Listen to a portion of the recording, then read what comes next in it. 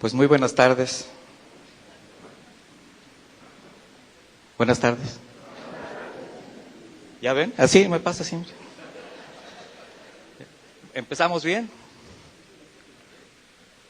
De hecho, cuando el pastor al principio ayer decía la posibilidad o la necesidad de ver en estos temas una serie, yo la estoy viendo ahora, desde ahorita, porque ha sido un enlazar los temas de tal manera que sin haber platicado uno con otro, lo único que veo es el Espíritu del Señor guiándonos y de alguna manera dándonos una palabra. Para mí, lo he expresado anteriormente, es una verdadera plataforma que fundamenta el mensaje ahorita, porque todos los temas han sido, aparte de ricos y de tener un efecto en nosotros, yo sé que sí. Y bueno, yo sí les debo confesar algo antes, que normalmente antes de compartir un mensaje a la iglesia, pues entro en un especial estado anímico, muy emocional, porque por todo lo que representa edificar con la palabra de Dios a quienes fueron ganados a precio muy alto, el más alto. Lo que decía Memo hace un momento, o sea, no podemos pensar en que son sillas, ni mucho menos pensar que porque de manera analógica se les dice ovejas, son animalitos, son personas a las cuales les debemos nuestro respeto, almas ganadas por una sangre preciosa. Y eso a mí me hace ponerme muy nervioso. Y hoy no es la excepción, porque además, ante todo, pues amado siervo, estoy entre consiervos que habrán de ser severos sinodales del mensaje, y yo sé lo que eso implica, porque como los de Berea tendrán que filtrarlo bíblicamente, pero también debo ver ministros, hermanos amados, ávidos del consejo, de la instrucción de Dios, para edificar su vida y por supuesto fortalecer su labor en el ministerio. A eso venimos. Y yo sí les quiero hacer ahora sí que una llamada de ánimo, de que no se convierta este bello momento, estos 3 días, en una cita que nos dimos para pasarla bien, escuchar grandes mensajes que sí son preciosos, pero que finalmente solo sea un seminario más en el cual digamos qué tremendos mensajes, pero que no hayan hecho ningún efecto en nuestra vida, y mucho menos en nuestro ministerio. Yo estoy convencido de que hemos sido confrontados, algunos duramente, y que el propósito es poner por obra real lo que hemos estado escuchando. Y ahora en esta especie de clímax emocional así, lleno de contrastes, pues primero quiero elevar mi gratitud a Dios. Vamos a hacer una oración, por favor. Bendito Dios, te doy gracias por la gracia inmerecida e inesperada en Cristo Jesús, que dio verdadero sentido a nuestras vidas y que ahora nos lleva a ser siervos tuyos, Señor. Gracias por esta oportunidad de compartir tu palabra y te pido que abras nuestros entendimientos, nuestro corazón, nuestra mente, tanto para el que habla como los que escuchan. Así, de esta manera, en el nombre de Jesús nos ponemos en tus manos, Señor. Amén. Cuando el Señor extendió su gracia sobre nosotros, además de esa salvación tan grande y merecida, y ahora nos concede el privilegio de servirle mediante el cuidado a su iglesia, para amarla, apacentarla como Él mismo haría, yo lo único que puedo pensar es que esto es, para quienes servimos, gracia sobre gracia. No lo puedo ver de otra manera. Y esta convicción que Dios me dio, pues hace que día a día, con la ayuda de Él, trate de afirmar mi fe y mi compromiso ante esta responsabilidad. Por ello, cuando nuestro pastor me comparte el tema, el puro título del tema, enfrentando los conflictos del ministerio, pues les debo decir que de inmediato vino a mi mente pues una gran cantidad de situaciones, pero primero algo en lo que medito constantemente, desde que el Señor me llamó a su servicio, sobre todo cuando ya, a pesar de las carencias que yo sentía y que aún siento, fuimos enviados a pastorear, a levantar una obra en el nombre del Señor, este ejercer el difícil y a la vez grato oficio de pastor para mí era muy difícil entenderlo para mí. Y la pregunta fue, ¿cómo lograr ser un verdadero siervo de Dios? No sé si es una pregunta que ustedes se han hecho o se hacen todavía. Y yo lo único que les puedo decir que el Señor con mucho amor, con ese amor que tiene para con su iglesia, pues me dio una respuesta inmediata. Y lo primero que hizo fue ubicarme en una permanente posición de oveja, sin que importara estar sirviendo incluso como pastor. Y así como un pastor toma a una oveja mansa y obediente a su voz para ponerle un cencerro y que las demás ovejitas la sigan, entonces yo comprendí que ahora yo solo tendría que ser una oveja con cencerro, que debía estar atenta, obediente a la voz del Señor Jesús, para poder llevar a las otras ovejas a escuchar su voz, a hacer lo mismo. Y que por tanto jamás debería olvidar mi condición de oveja delante de Dios. Y eso es importante para nosotros, mis hermanos, porque se necesita de una dosis muy elevada de humildad, de reconocer que somos iguales delante de Dios, pero que aparte de eso tenemos una enmienda, una comisión, y es una hermosa comisión. Asimismo, después también el Señor me muestra que para lograr ejercer este oficio de siervo y de pastor, además de su don espiritual, que es evidente, es necesario, de la convicción que solo con una plena relación con Él y la dirección de su Espíritu Santo sería posible, puso en mí una gran necesidad de ser guiado. Y ahora que Memo dice acerca de la autoridad y estar sujeto, a mí personalmente esto me llevó a reconocer su dirección y cuidado precisamente a través de quienes puso como autoridad sobre mí. Pero también eso me llevó a ser sensible a la instrucción y al consejo pastoral. No se trata nada más de decir quién es mi pastor. Yo también debo de escuchar la voz de mi pastor y de las autoridades que él pone. Porque eso es lo que hace que tú, al menos en mí, me dio la confianza suficiente para un ejercicio pastoral con mayor paz y libertad. Yo tengo una anécdota que decir. No soy mucho de anécdotas, se me hacen difíciles, pero yo recuerdo que al principio del ministerio, pues nosotros nos reuníamos en una azotea, 4 personas, y comenzó la obra. Ya esa es otra historia. Pero yo recuerdo que desde un principio hubo muchas pruebas, muchas luchas, que yo no entendía. Y entonces le escribía al pastor Chuy unas cartas muy largas, llenas de sangre, sudor y lágrimas. Yo sí me acuerdo. Y yo al principio no entendía, pero él contestaba inmediato. Pero lo que no entendía era lo que me contestaba. Porque me decía, todo bien, Alvarito, sigue adelante. Y yo decía, pero si le acabo de mandar un libro, ¿por qué me contesta, todo bien, sigue adelante? Pero eso me enseñó precisamente parte del trabajo pastoral. Él estaba dándole toda, ¿verdad?, la cabida a Dios para que tratara conmigo. Él solamente estaba pendiente de mí.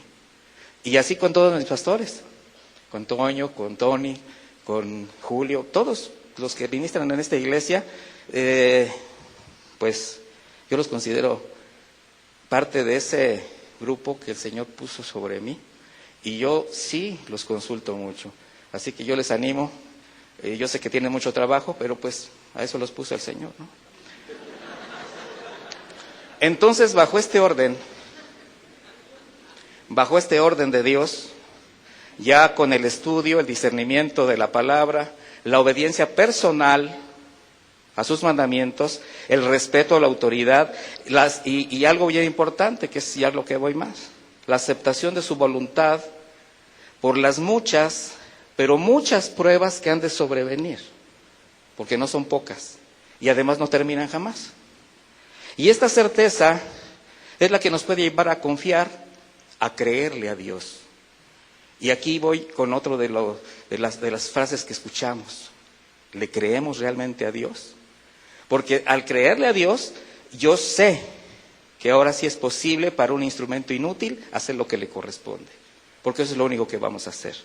Y al mismo tiempo que Dios fortalece día a día, guarda, guía y suple todo en la vida personal y familiar del siervo, también le enseña el camino del servicio y en nuestro caso el oficio de pastor, porque Él tiene cuidado de nosotros, mis hermanos. Pero para esto hay que estar convencido.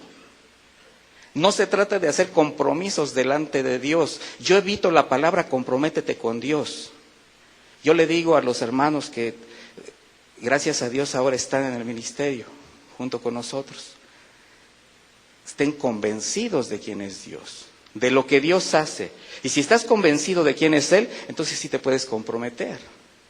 Así que al tiempo que el Señor nos va mostrando cómo ejercer este oficio, no hablo solamente de la preparación de enseñanzas o el ejercicio de la predicación, que es importante, o la atención y el cuidado a la iglesia personalmente.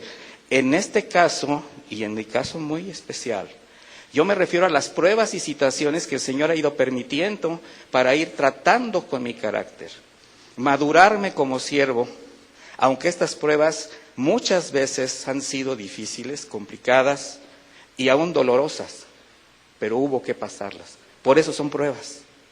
Y como el Señor no pone ninguna prueba que no pueda ser considerada como entre hombres, o sea, de carácter humano, entonces sí es posible con su ayuda. Así que cuando nuestro pastor me hizo esta amable invitación a compartir sobre el tema que voy a tratar, de inmediato el corazón empezó dando un vuelco a traer a mi mente vivencias, experiencias, que por la misericordia de Dios ahora son meras remembranzas, porque al mismo tiempo recordé con mucha gratitud la salida y respuesta que el Señor dio a cada una de ellas, que si bien en su momento no entendí, ahora sé que todas fueron las justas y necesarias, y vean la palabra que uso, porque estas han contribuido a mi crecimiento como cristiano, dando sanidad y paz a mi corazón, y también indispensables aún para mi permanencia en el ministerio.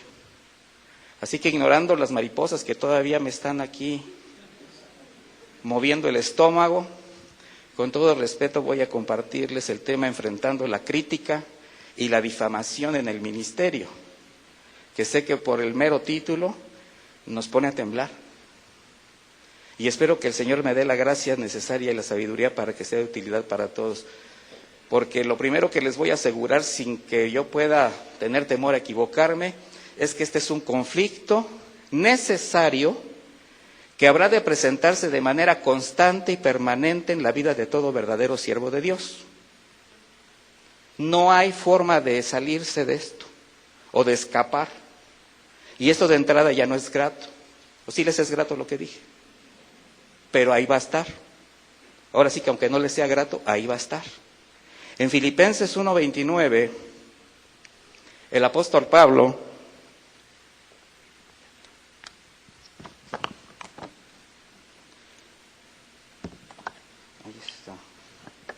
está chiquita. ¿Ya tiene Filipenses 1:29? Dice, porque a vosotros os es concedido a causa de Cristo. Esa es nuestra causa, ¿verdad, mis hermanos? Entonces esta es una concesión para quienes servimos al Señor. Dice, no solo que creáis en Él, sino que también que, dígalo conmigo, padezcáis por Él, teniendo el mismo ¿qué? Conflicto que habéis visto en mí, y ahora oís que hay en mí. Y vaya que Pablo tuvo todo tipo de conflictos. Y no solamente fueron a título personal y material, o de dudas ministeriales, sino hacia su persona, la difamación, la crítica, la calumnia y conflictos que, como todos los temas que se han de tratar, se han tratado y se habrán de tratar, pues si no sabemos tratar adecuadamente, mis hermanos, para enfrentar, puede acarrear en la vida personal y ministerial del siervo graves consecuencias, como las que comentó en este momento Memo. De pastores que desertan, o peor, hasta intentan quitarse la vida o lo han hecho, lo han logrado. Entonces, ¿cómo enfrentar la crítica y la difamación en el ministerio, que por supuesto va a abarcar la vida personal y familiar? Vamos a comenzar por saber qué es criticar. Es juzgar, censurar o hacer notar algo. Y esto puede ser desde un punto de vista positivo, exaltando las acciones y la conducta de alguien, incluso hasta con la buena intención de corregir algo a tiempo y así contribuir con un consejo o un comentario. Pero también puede ser crítica destructiva, con la intención de degradar a una persona, tratando de hacerla quedar mal en todo su entorno, afectando su integridad personal, su familia, por supuesto, su economía, su estatus social, y en un ministro, evidentemente, dañando su relación con la iglesia. La palabra difamar viene del griego dusfemeo, literalmente indica hablar de manera injuriosa, pero se traduce también como calumniar, censurar, decir mal, ultrajar, vituperar, y se relaciona con el vocablo blasfemeo, de blasfemia, de blasfemar, que significa hablar con insensatez, sin juicio, tontamente. Por eso cuando decía el pastor Chuy, se habla por hablar, se juzga sin justo juicio. Eso es blasfemar. Por tanto, difamar es la intención dolosa de pretender desacreditar a otros usando todos los agravantes conocidos de agresión. La premeditación, la alevosía y ventaja. Y esta puede ser de manera oral, escrita o mediante algún otro tipo de medio de comunicación. Lo que actualmente, con el mal uso que la gran mayoría de quienes los usan, de estas redes sociales, escudándose en ellas, muchos las han convertido en un instrumento perfecto de cobarde agresión, ya que además un difamador normalmente no da la cara. Esa es una de las características. Es fácil difamar a espaldas, porque es la mejor manera de esconder la cara. Y cuando algo se hace público, con la intención de deshonrar o denigrar a alguien, el alcance y el efecto que logra la difamación va a dejar una marca o una secuela en el ánimo, la reputación de la persona agredida. Y si ésta no está preparada, mis hermanos, o en la condición anímica, como decía Memo, y la condición moral o la condición espiritual, para tolerarla, logra destruirle. En el griego hay otra palabra que se usa para decir mal, la usaba Santiago para difamar, y es katalelein, que significa calumniar a una persona que no está presente para defenderse. Y como difamar también se asocia con mentir, entonces esto solo va a dar evidencia de algo. El corazón, la perversión del corazón, las intenciones del corazón, que de manera natural alguien tiene, ¿verdad?, con una disposición de practicar ese tipo de agravantes, calumnia, mentira, murmuración, con la intención de desprestigiar, y esto puede ser por muchos motivos. A veces hasta sin motivos, la mayor de las veces. Pero puede ser frustración, deseos de venganza o simplemente el deseo de dañar. Por tanto, en el ministerio este es un grave conflicto. Y no solamente por lo que representa, sino por lo que puede trascender en la vida del siervo. Y de ahí la necesidad de saber cómo enfrentarlo y contrarrestarlo. Pero tendrá que ser siempre conforme al orden y consejo de Dios. Nosotros no podemos normar nada que hablemos si no viene en la palabra de Dios. Porque desde el punto de vista del hombre, pues moralmente puede haber buenos argumentos, puede haber excelentes defensas, incluso con testigos que logren aclarar o sobrellevar la situación que se presenta. Y si bien cuando es posible, cuando no sea posible, la aclaración pertinente y aún la confrontación con el agresor es válida, pero si no hay firmes y verdaderos fundamentos de integridad en la persona difamada, siempre va a quedar latente la sombra de la duda. Por eso la importancia de saber cómo un ministro va a enfrentar este conflicto. Porque la difamación, al ser un instrumento constante de agresión directa a la persona del pastor, sea cierto o no la difamación, la primera afectada, aparte de su persona, será su familia. De ahí entender que esto es muy delicado y puede resultar sumamente doloroso, porque muchas veces la familia no va a entender el porqué de las difamaciones al pastor. Estamos hablando del esposo, estamos hablando del padre de familia o de la esposa, ¿verdad?, de los hijos, y esto también traerá consecuencias en la vida de la iglesia, que después de Dios y la familia es donde más nos debe interesar y preocupar mantener una relación sana, afirmada en una vida de integridad, de rectitud y santidad. Y aquí no me refiero a la sana exposición de la palabra, ese es nuestro deber. Me refiero a la conducta que el ministro debe tener delante de Dios y además saber que de algún modo siempre estará expuesto a este tipo de agresiones a su persona y la investidura pastoral. Por eso la necesidad de saber cómo enfrentarla. Se ha hecho alusión en 2 ocasiones a José en el acontecimiento con la esposa de Potifar, la señora Potifar, como decía el hermano. Y los quiero invitar a ir a Génesis 39:5.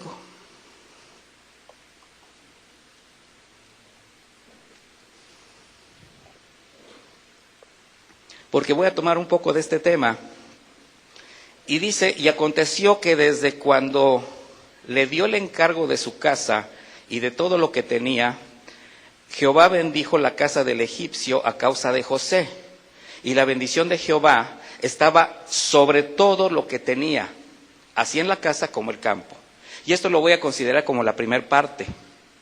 El versículo 6 dice, y dejó todo lo que tenía en manos de José, y con él no se preocupaba de cosa alguna, sino del pan que comía. Y era José de hermoso semblante y bella presencia. Aconteció después de esto que la mujer de su amo puso sus ojos en José y dijo, duerme conmigo. Versículo 10, hablando ella a José cada día y no escuchándola, él para acostarse al lado de ella, para estar con ella. Aconteció que entró él un día en casa para hacer su oficio y no había nadie de los de casa ahí. Y ella lo asió de su ropa, diciendo, duerme conmigo. Entonces él dejó su ropa en las manos de ella y huyó y salió. Llamó a los de casa y les habló diciendo, mirad, nos ha traído un hebreo para que hiciese burla de nosotros. Vino a él aquí para dormir conmigo. Y yo di grandes voces. Entonces le habló ella misma las palabras diciendo, el siervo el hebreo que nos trajiste vino a mí para deshonrarme. Y en cuanto yo alcé mi voz y grité, él dejó su ropa junto a la mía y huyó fuera. Junto a mí, y huyó fuera. Y sucedió que cuando el amo oyó de José las palabras que su mujer le hablaba, diciendo, así me ha tratado tu siervo, se encendió su furor. Aquí tenemos que ver 2 cosas. Primera parte, habla que cuando el Señor tiene un propósito con alguien, con un siervo, se va a cumplir. No importa las condiciones. Y cuando Él llama a alguien y envía a algún siervo, como Él es el que extiende su gracia sobre él, aún en medio de las adversidades va a hacer que su trabajo prospere o que dé una evidencia de quién le guía.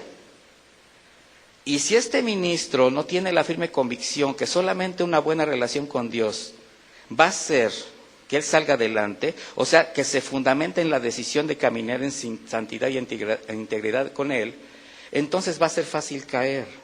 Y ahí ya no cabe ni siquiera la difamación, porque cuando cae el ministro, realmente los hechos hablan por sí mismos.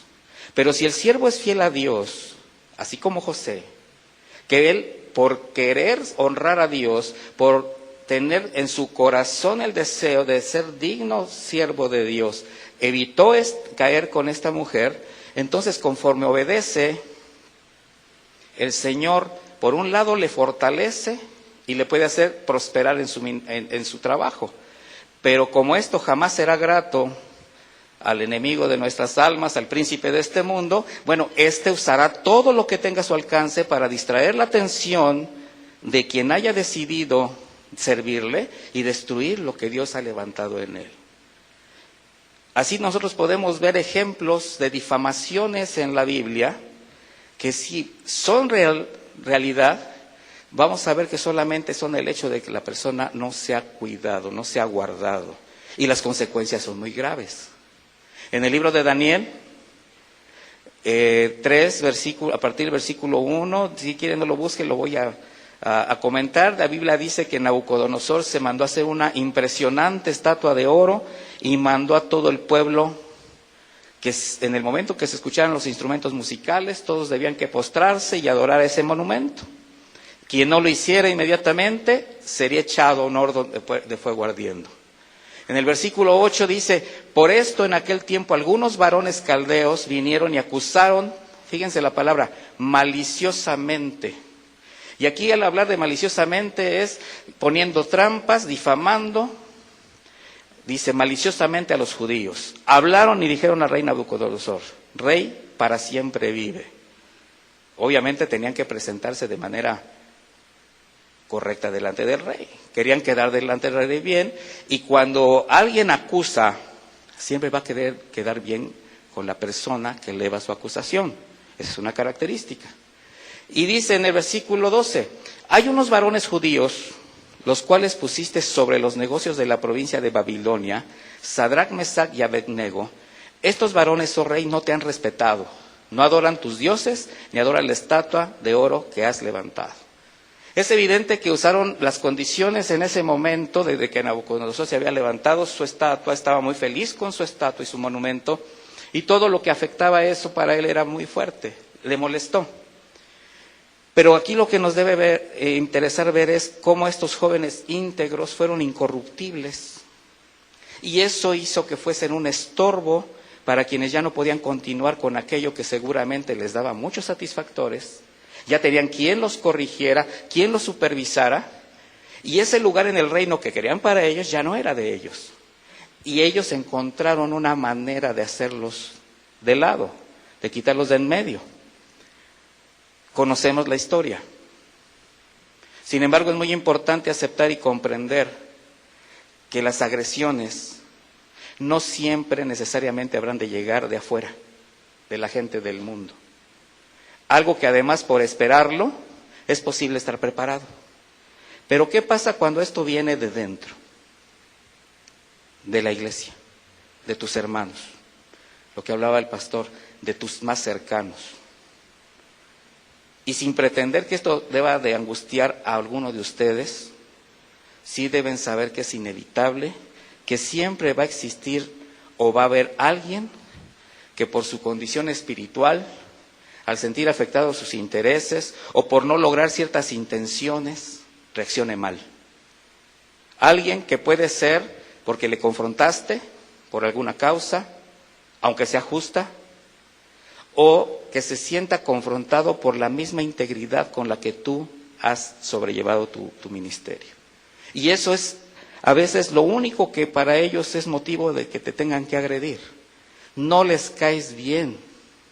¿Por qué? Porque no formas parte del círculo de sus pretensiones, porque no eres como ellos, porque no estás amalgamado a sus intereses. Hay muchas formas en que lamentablemente muchos pastores, por querer quedar bien con la persona que tienen a su cargo, cedan ante diferentes circunstancias. Y sabemos las consecuencias, y sabemos lo que esto ha llevado a muchas iglesias. Por eso la necesidad de estar preparado para cualquier circunstancia que se llegue a presentar en cuanto a este tipo de agresiones. Estar conscientes, mis hermanos, que aún de quien menos esperes, se va a levantar en contra de ti algún tipo de intriga, algún tipo de difamación. Y esto tampoco nos tiene que llevar, como les dije, a la angustia o a estar pretendiendo ver a través de sus ojos, a través de su corazón, querer casi adivinar las intenciones de alguien, estar siempre cuidando. Un espíritu de persecución sería terrible. Hay que arriesgarse, dijo el pastor Chuy. Y es que la difamación, mis hermanos, también será consecuencia de la envidia o de la codicia de quien supuestamente, deseando servir, solamente tiene puestos sus ojos en lo que llena su corazón. Y este puede ser tu propio ministerio. Y eso va a hacer que empiece a trabajar absalónicamente de tal manera que en algún momento pueda lograrlo. Y como por su condición en realidad lo que busca es el favor de Dios a su manera, ya sea mediante beneficios económicos, obtención de poder o la admiración de la gente, hará todo con tal de obtener lo que codicia. Pero hoy aprendí algo. Quien ejerce traición o se maneja en esos recursos, siempre tendrá también su paga. Y eso me da más confianza a lo que estoy predicando en este momento, porque ahora sé que si el Señor es quien ha puesto a un ministro en un lugar, el que sea, solo Dios lo puede quitar, eso sí lo sabemos. Entonces, nosotros tenemos la necesidad de entender que si Dios nos llevó, si Dios nos ha puesto, si Dios nos ha enviado y hasta hoy nos ha sostenido, no tenemos que temer del hombre. Porque además hay una característica adicional en el corazón de un difamador. Además de la amargura que destila, es la hipocresía. Y esta la va a usar de manera natural, diría yo hasta como un poco profesional para llevar a cabo sus planes. Entonces fácilmente un difamador va a pasar de la adulación y el halago a la crítica destructiva, a la falsa acusación. Hay otro caso en el mismo libro de Daniel, con él mismo, en Daniel 6, versículo 1.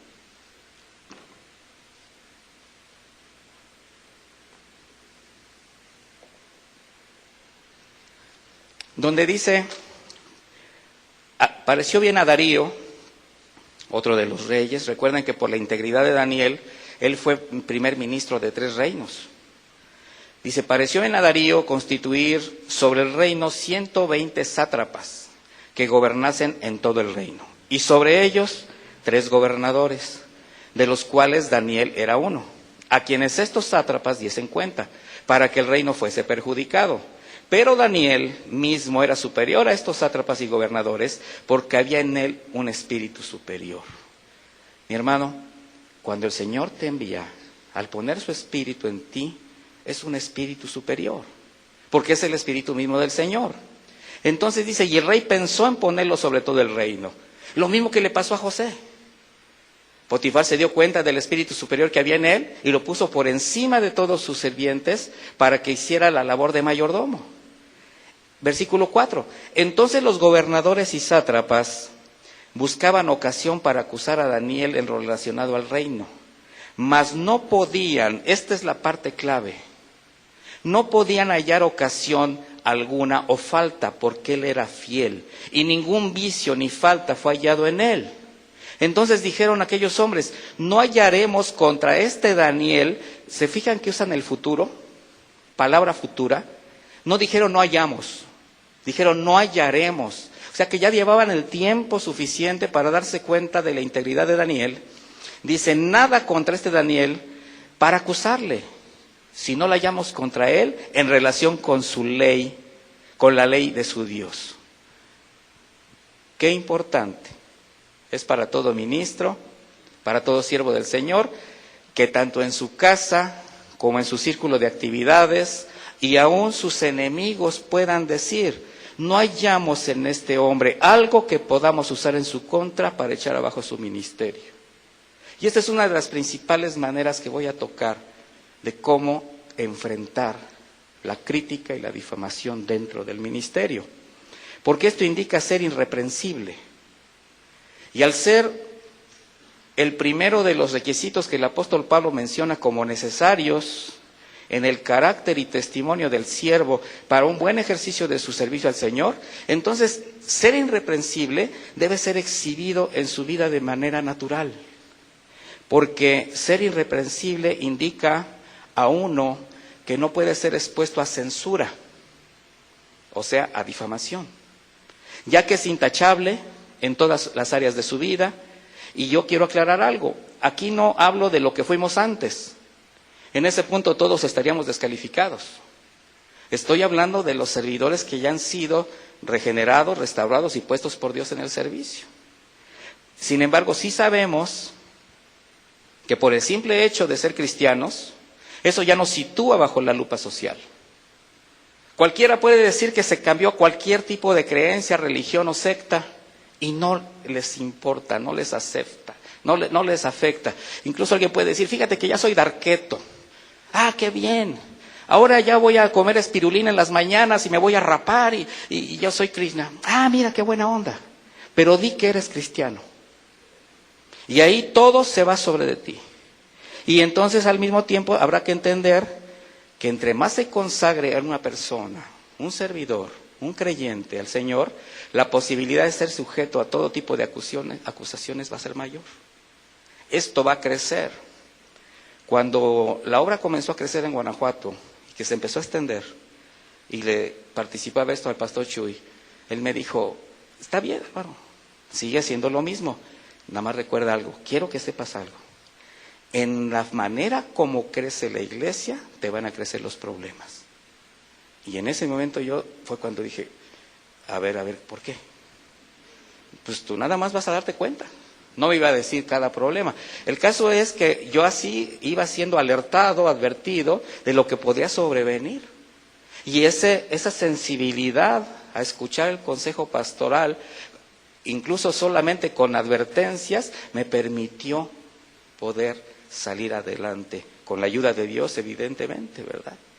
Entonces, estos requisitos, mis hermanos, que vemos que el apóstol Pablo expresa como carácter de Cristo, o rasgos del carácter de Cristo, a lo que yo me atrevería a añadir que deberíamos considerarlos como el estándar mínimo al que todo creyente debería aspirar, y un deber para quien tenga el deseo de honrar a Dios con su vida y con su servicio, debería estar bien arraigados cada uno de ellos en el corazón del ministro, porque recuerden que el que desea servir al Señor, buena cosa desea.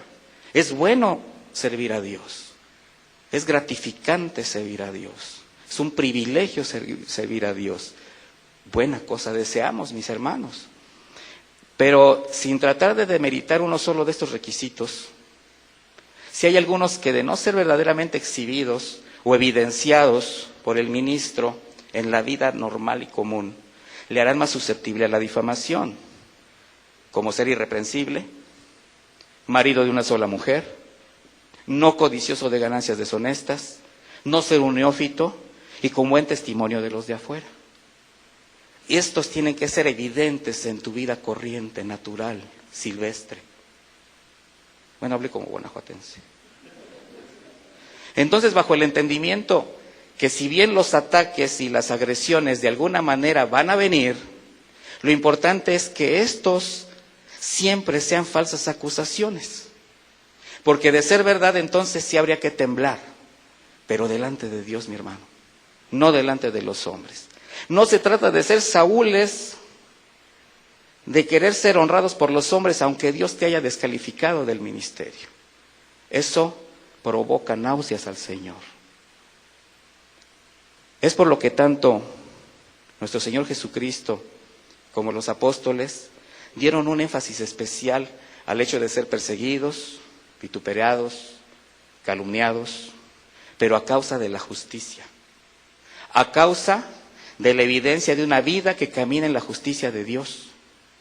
Y eso dicen ellos, dice el maestro, que es una bendición. Mateo 5:11. Dichosos ustedes cuando la gente los insulte y los maltrate, cuando por causa mía los ataquen con toda clase de mentiras. ¿De qué? Mentiras. En el pasaje paralelo de Lucas 6:22, estoy usando la Biblia Dios habla hoy. Dichosos ustedes cuando la gente los odie. ¿Quién se siente dichoso porque lo odian? Ahora sí, ¿verdad que no? Cuando los expulsen, cuando los insulten y cuando desprecien su nombre como cosa mala, por causa del Hijo del Hombre. Cuando los expulsen, ¿de dónde? Pues de los medios donde antes nosotros normalmente solíamos asistir. Acuérdense que nosotros ya tenemos que caminar dentro de las sendas de justicia.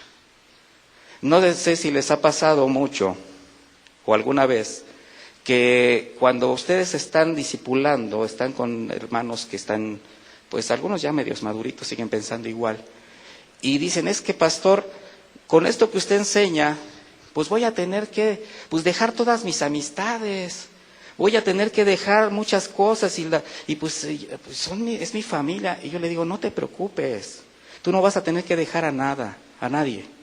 Si tú te portas como Dios quiere, ellos te van a dejar a ti. Te van a expulsar. Ya no eres antojable. El mundo ya no te conoce. Entonces ni te apures, obedece a Dios y ellos se encargan de echarte. Para que no sientas el cargo de conciencia de que tú los dejaste, ¿verdad? O sea, hay que ser prácticos en esto.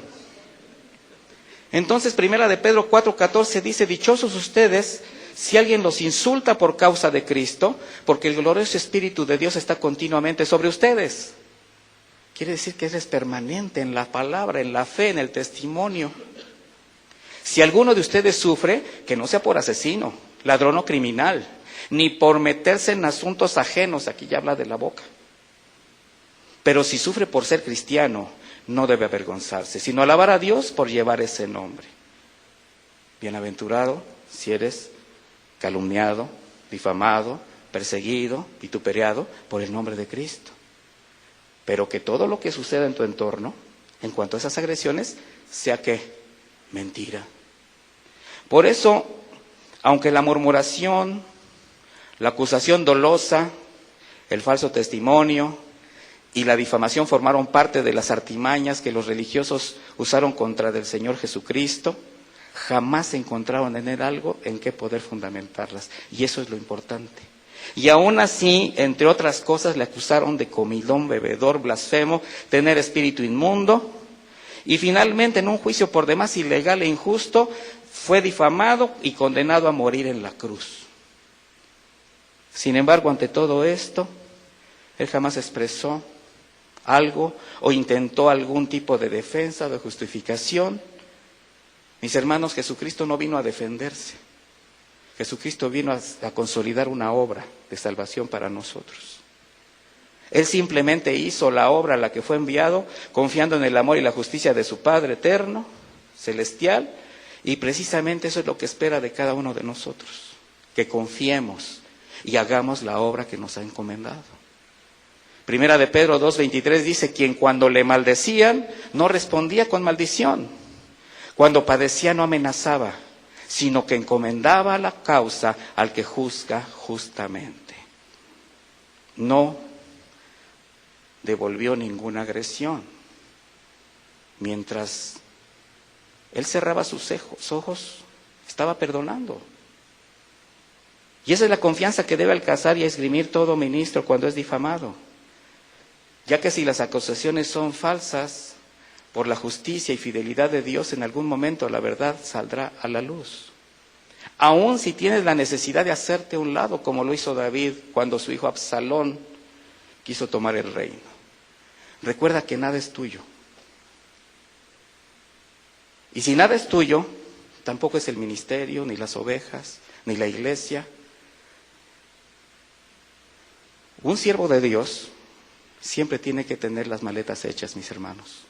Y nada más con lo que tengas para llevarte, que sí realmente sea necesario. Todo es del Señor. Cuando comenzamos a trabajar en Guanajuato, ahora yo estoy tan contento, mis hermanos, de que me acompañan pastores de las iglesias que ya fueron entregadas. Y entregadas con tanta confianza, el Señor ha extendido su gracia sobre mis hermanos y ahora ellos están a cargo de lo que el Señor les ha confiado. Yo solamente hice mi parte.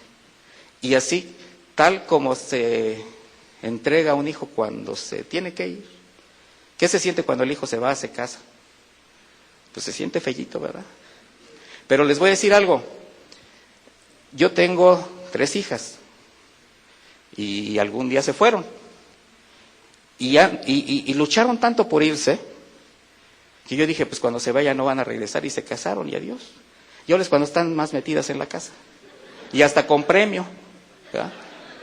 Sí, porque me traen a mis nietos y los disfruto mucho. Entonces, pues nada más me creció el circo, pero la verdad es que no hay tal.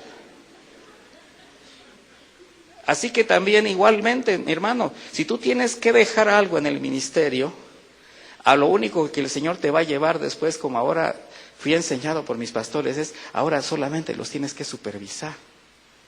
Y como a hijos espirituales los estás enviando y vas a tener nada más tener cuidado de ellos y apoyarlos en todo. Pero nada es nuestro. Para finalmente algún día el Señor solamente te diga, pues siervo inútil, hiciste lo que tenías que hacer, pásale, pero no vas a llevar ni la maleta. Así que mis hermanos, todo algún día saldrá a la luz. Y de la misma manera como también lo hicieron los apóstoles, así como con Jesucristo, a los discípulos, apóstoles, sufrieron también todo tipo de agravios. Sin embargo, su preocupación o interés principal jamás fue evitar el dolor, o que la gente les aceptara, o les reconociera, o hablara bien de ellos. A ellos solo les interesó tener la buena conciencia de cumplir con la comisión delegada y de perseverar en la obediencia, la integridad en el servicio, la santidad, de modo que tampoco la justicia fue tomada por sus manos, porque también al mismo tiempo aprendieron del Maestro a perdonar y dejar todo en las manos del Señor. Ese es el ejemplo que tenemos de los siervos. Primera de Corintios 4:13 dice el apóstol Pablo, nos difaman y rogamos. Hemos venido a ser ahora, hasta ahora, como la escoria del mundo, el desecho de todos. Vean la poca estima que se tenía Pablo de él, pero él sabía a quién estaba sirviendo. Hechos 24:16, él mismo dice, y por esto procuro tener siempre una conciencia sin ofensa ante Dios y ante los hombres. Lo que habla de su integridad. Sin embargo, en la actualidad hay más siervos, o mejor dicho, pseudoministros, que están más preocupados por su imagen, su prestigio delante de la gente, o su comodidad y estabilidad económica y social, que por honrar a Cristo, por cumplir con la obra que se les ha concedido, se les ha confiado. Entonces, retomando la pregunta, que después de lo que he expresado considero debe ser individual, en cuanto a cómo enfrentar el conflicto de la murmuración, la crítica destructiva, la acusación dolosa y la difamación. Antes de contestarse cada una esa pregunta, yo les animo primero a estar convencido de dos cosas. La primera, que es algo que jamás podrán evitar, número uno. Y la segunda, que también habrán de aceptarlo y recibirlo como parte del trato de Dios, para que a través también de estas experiencias fortalezcan su fe, maduren espiritualmente y continúen creciendo como siervos. Estos aparentes agravios, mis hermanos, solamente son pequeñas vitaminas al alma que el Señor nos da para fortalecer nuestra fe. Son inyecciones espirituales. ¿A quién le gusta una inyección? A nadie. Pero, ¿qué pasa cuando esa inyección sana? Tú dices, bueno, valió la pena el sacrificio. Ayer me inyectaron. Sí, en la noche se me cerró la garganta. Venía yo de allá a Guanajuato ya un poco mal. Y me dice, Toño, nada, que estás bien miedoso. Pues eso ya sé, desde antes, desde que me dijo el pastor, pero lo de la inyección fue real. Y mi esposa, y ayer estuvimos consiguiendo, Lalo, por ahí anda, me llevó y el doctor Barbosa me recetó por WhatsApp, para que vean que sí se puede dar buen uso a las redes sociales. Y ya mi esposa me ajustició en la noche y ya. Bueno, la primera, nada que pueda evitar. La segunda, considerarla como un trato de Dios. Y bajo esas convicciones, entonces ahora sí comprender con mucha seriedad, mi hermano, que este conflicto solo va a ser posible enfrentarlo mediante una vida de integridad personal y de honradez en el ejercicio del ministerio que Dios a cada uno de ustedes ha confiado. No hay más. Conscientes, con temor y mucho temblor, que todo momento estamos delante del trono de Dios. Y que por tanto los que servimos, sin importar tiempo, lugar o circunstancia, habremos de descalzar nuestros pies y quebrantar el alma todos los días. Porque quien por la gracia en Cristo Jesús puede estar delante de Dios, que recuerde que siempre está pisando tierra santa. ¿El Señor está contigo? ¿El Señor está en ti? ¿Está sobre ti? ¿Está a tu lado? Mi hermano, estás pisando todos los días tierra santa. Y con estas convicciones, o con lo expresado, antes de terminar, quiero aprovechar haber llegado a este punto para ver otra faceta en cuanto a este tema que quizás pueda aplicarse igualmente a otros temas que se están tocando. Y es el riesgo que puede causar considerar que todas las situaciones que llegan a causar conflictos a un pastor o siervo, verlo a él como una víctima. Esto no es posible. O como quien tiene la razón en todo lo que piensa, expresa y hace. Ese es un problema de inmadurez pastoral o ministerial. Creer que todo lo puedes, todo lo sabes y que todo lo que tú dices es razón. Y para ello cabría una sincera reflexión personal que llevara a cada uno de los presentes al reconocimiento de las ocasiones en que se haya llegado a constituir como juez y ejecutor, pero abusando de su autoridad, llegando a ser incluso tropiezo a quien el Señor les ha confiado. Muchas veces, aunque venga de parte de una agresión y estás delante de la persona que te ha agredido, usar el púlpito para quererse vengar, para querer hacer algo en contra de esa persona, es un grave pecado, mis hermanos. Porque acuérdate que cada vez que una persona tiene esas características o evidencia ese tipo de carácter, de forma de pensar y de ser, lo único que está evidenciando es su carencia espiritual. De hecho, que no conoce a Dios. Su situación es tan grave que siente que es creyente y se atreve a hacer lo que está haciendo. Y a una persona que está destituida de la gracia, lo único que tenemos que tener para ella es misericordia. Entonces, antes de tomarlo como personal o como una forma de querer regresar el golpe, como nos predicaba el pastor Chuy, lo que tenemos que ver es su carencia y que aunque sea una persona que te está agrediendo dentro de la misma iglesia o un consiervo, su condición espiritual te tiene que llevar a verlo con misericordia y tratar el asunto con mucha sabiduría. Necesitamos ver que si llegamos a reconocer esto, nos permitirá reconocer como pastores, como servidores, podemos identificar si parte de los conflictos que se le han estado presentando quizás fueron provocados por ellos mismos y solamente son el resultado o la cosecha de lo que se ha sembrado. Por eso es importante una reflexión personal. ¿Cómo estoy también yo tratando, sobrellevando, cuidando a la grey de Dios? Jamás olvidemos que el don espiritual o la investidura pastoral pudieran llegar a ser algún fuero especial para imponer la propia voluntad. Tampoco es un escudo espiritual que nos hace ser invulnerables a equivocarnos o a pecar. Santiago, en el capítulo 3 de su carta, versículo 2,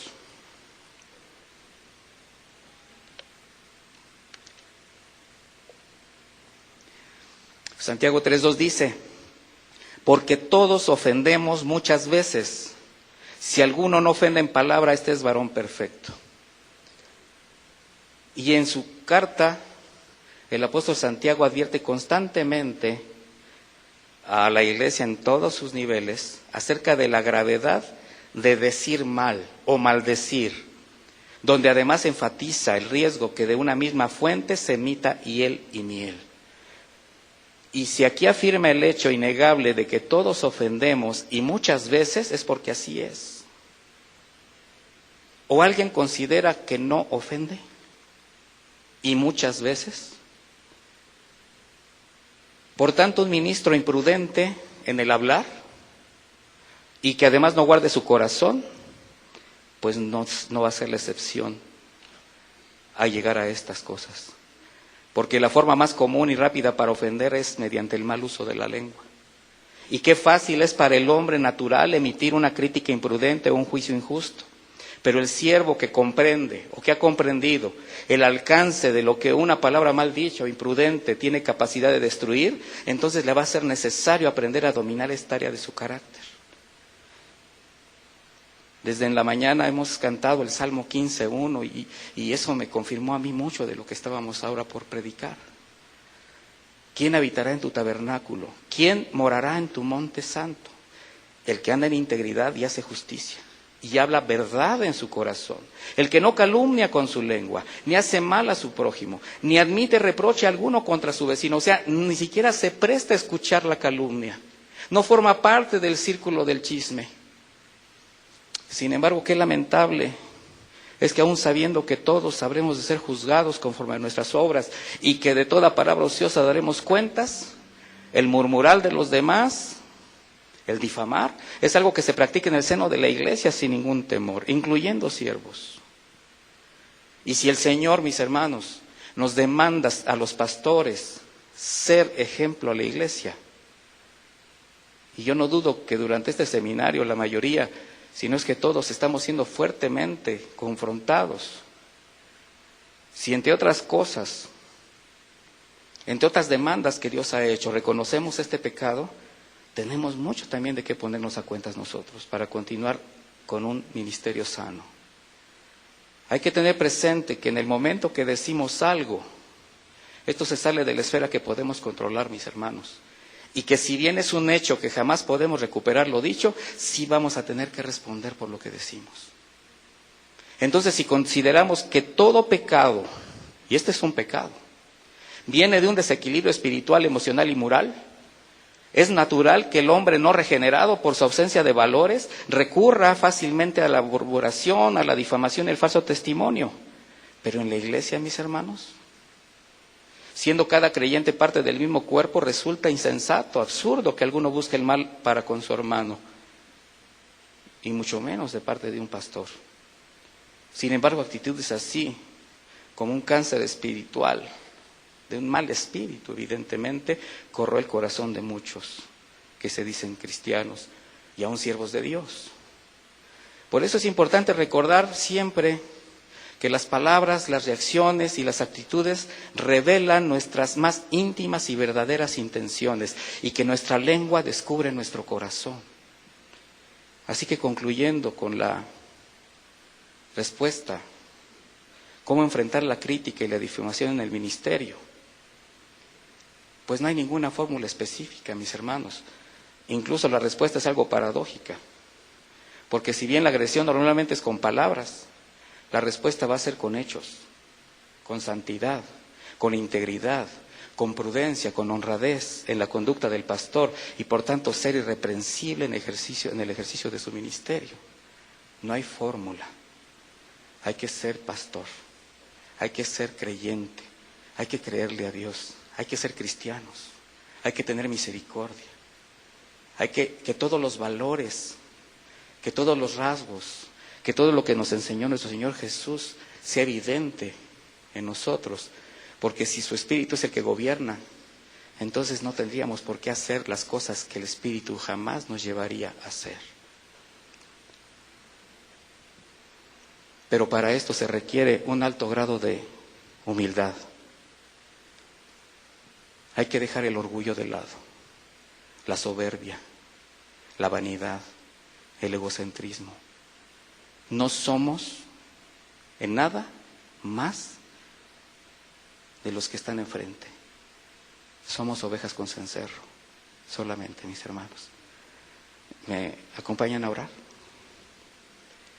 Bendito Dios, te damos muchas gracias por tu palabra, que ha sido rica, generosa durante todo este seminario, Padre eterno. Gracias por todo lo que has permitido hasta hoy en la vida de cada uno de nosotros. Gracias por incluso tanta prueba, Señor, que pone a veces a temblar a tus siervos. Pero gracias porque tú das salida a todo, Señor Jesús. Pero antes, Señor, yo quiero, con todos mis hermanos delante de ti, pedirte perdón por aquel mal ejercicio ministerial que cada uno de nosotros hayamos cometido, Padre eterno.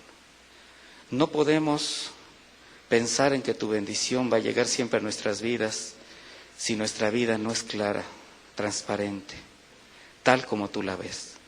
Porque ¿qué te podemos esconder, Padre eterno? Tú lo sabes todo. Tú estás exponiendo a tus siervos bajo estas enseñanzas en muchas áreas. Y si nosotros no somos capaces de renunciar a lo que tú demandas, nuestro ministerio no va a poder dar el fruto que cada uno espera. Porque solo mediante una vida de integridad, de santidad y de buen ejercicio del ministerio será posible que todo sea conforme a ti, Padre eterno. Perdónanos, Padre. Y yo te ruego, mi hermano, te animo a que allí en lo secreto, en este momento, tú pongas a cuentas tu vida, tu corazón con el Señor. Reconócelo, esto es un diálogo entre tú y Él. Él ya lo sabe. ¿A cuántas personas habrás herido? ¿A cuántos habrás hecho tropezar? ¿Cuántas veces en lugar de ser misericordioso, abrazar, consolar, has sido duro, implacable? ¿Cuántas veces has hecho mal uso de tu autoridad? ¿Cuántas veces te has escudado en el mismo ministerio, en todo este ejercicio pastoral para poder lograr fines personales? Todo esto delante de Dios, mi hermano, tiene que ser expuesto, pero también tiene que ser puesto por obra aquello que el Señor de antemano te está demandando. ¿Tendrás que renunciar? ¿Tendrás que dejar de hacer? Sí. ¿Habrá cosas que cuesten más trabajo que otras? Sí, también. Pero lo importante es que el Señor nos está demandando santidad, nos está limpiando, nos está purificando. Y a eso fue lo que venimos. Y yo sé que el Señor va a contestar, porque en su fidelidad el Señor es tan bueno que duele, mis hermanos. Él está por encima de todo lo que pensemos. Y aunque pese a nosotros mismos hemos incluso llegado a corromper el ministerio, Él ha sido fiel y Él nos ha seguido sosteniendo. Por eso yo te animo a que ya no eches de lado la palabra que ha sido expresada, que ha tocado tu corazón y que te ha expuesto. No te enojes, no te sientas ofendido. Dale gracias a Dios que te quiere limpiar, y más como ministro, porque muchos te están esperando. Ellos saben que viniste a ser educado, a ser edificado, a ser enseñado.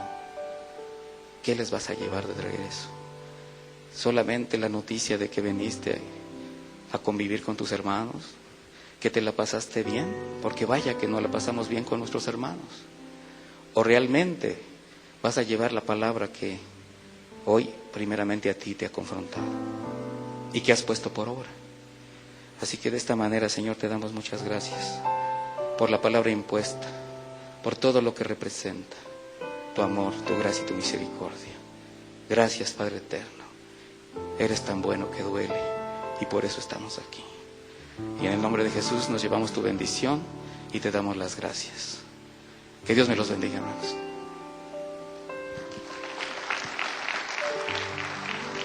Pónganse de pie, por favor.